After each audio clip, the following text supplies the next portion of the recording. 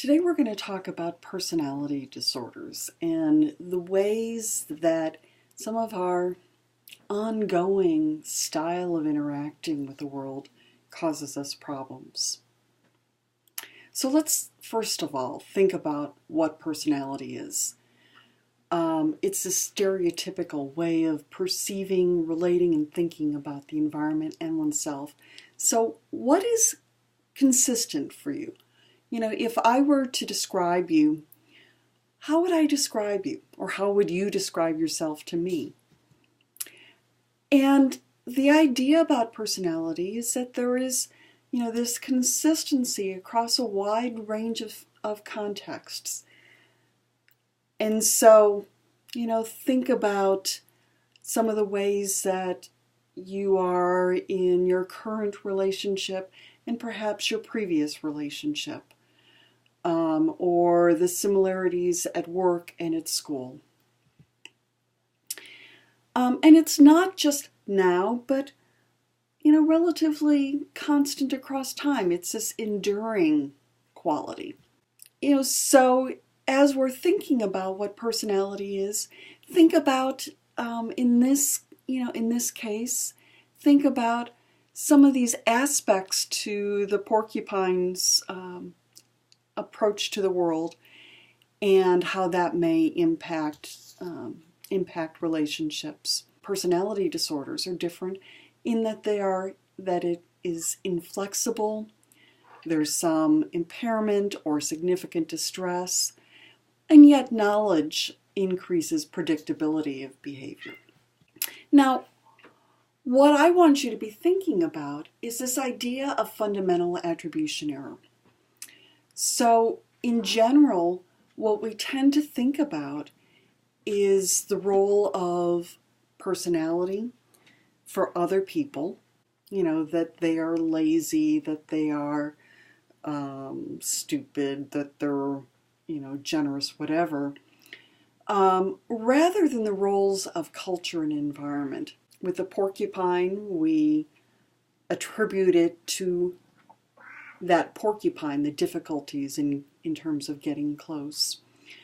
Where in this situation, I want you to be thinking about, while the mouse is saying it's something about me, feeling vulnerable, what is it about the situation that might make, this mouse feel vulnerable here? Also, as we've been talking throughout the semester, we keep talking about this issue of continuum.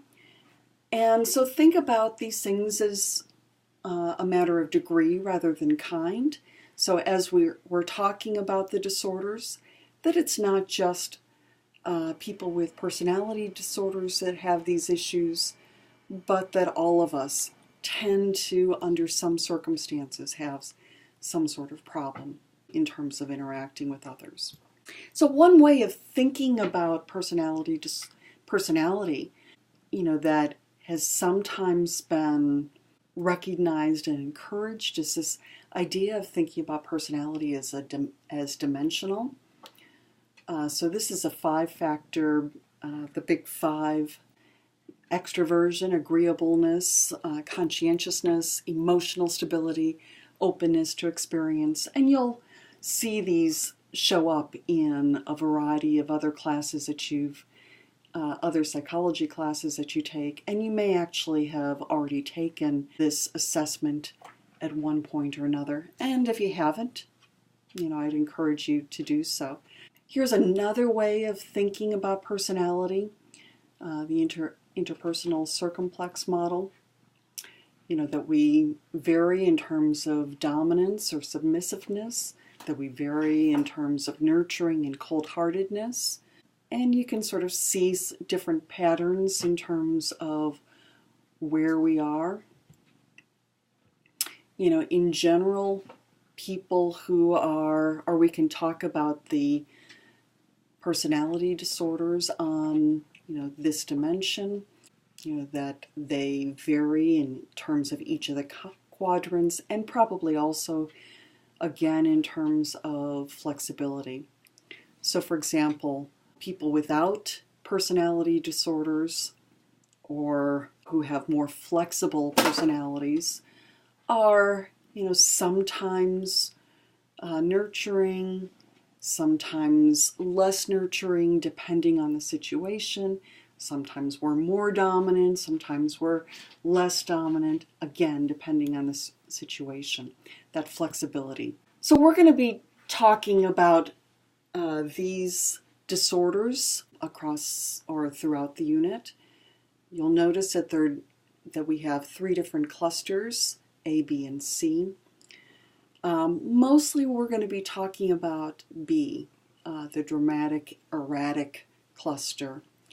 In particular, in the next 2 videos, we're going to talk about antisocial personality disorder and borderline personality disorder. And you notice that in general, these range from relatively infrequent prevalence to pretty frequent, with borderline personality disorder in some settings up to 6% estimates. Some of these are more frequent for men, some are more frequent for women, and in a number of cases it's not clear. Now, if you were to add up all of these prevalence rates, what you would see is that about 30% of the population would be diagnosable with a personality disorder. In fact, it's considerably less than that because there's a lot of comorbidity, among the disorders, a lot of overlap. Let's look at some research by Ford and Whittaker. And one of the things that they are suggesting is that there are some gender differences in terms of how we are diagnosing the disorders. So if, as you're reading this, think about what kind of disorder you might consider. So pull out your book and turn off the video and consider, which of the diagnoses would best match this. And you might have, after looking through your book, decided that histrionic personality disorder might be the best match. Histrionic, we'd probably diagnose Jack from Will and Grace as having a histrionic personality disorder. This pervasive pattern, not just in one place, but pervasive pattern of excessive emotionality and attention seeking, much like, this cat of mine, who every time I come see you or come to do a video has to say hi to you. Beginning by early adulthood and present in a variety of contexts, at least 5. So uncomfortable if not center of attention. Interactions often characterized by inappropriately seductive or sexually provocative behavior. Rapidly shifting and shallow expression of emotions. Consistently uses physical appearance to draw attention to self. Style of speech is excessively impressionistic and lacking in detail. Shows self-dramatization, theatricality, and exaggerated expression of emotion. Suggestible. Considers relationships to be more intimate than they are.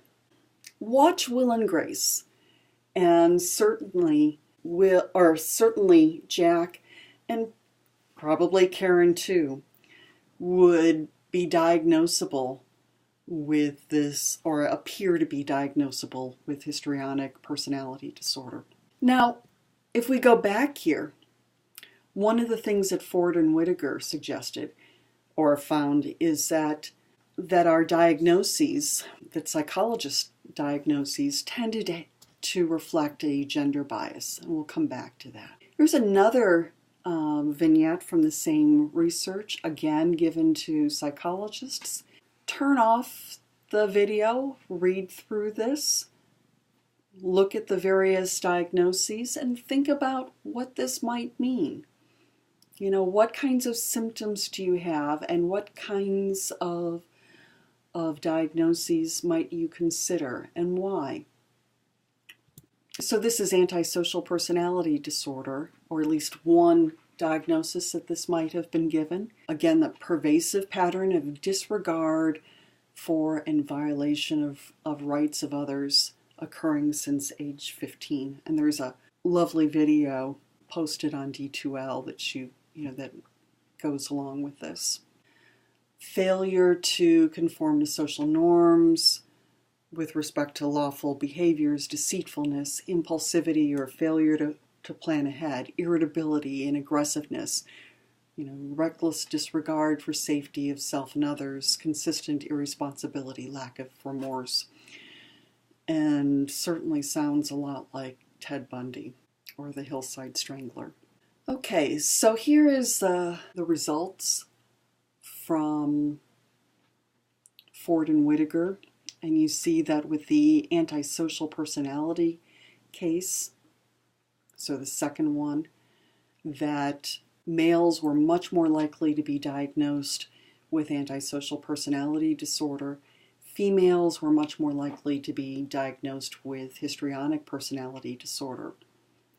Conversely, for the histrionic personality case, the first one that we looked at, or males were equally likely to be diagnosed with antisocial personality disorder or histrionic personality disorder, where females were much more likely to be diagnosed with histrionic personality disorder.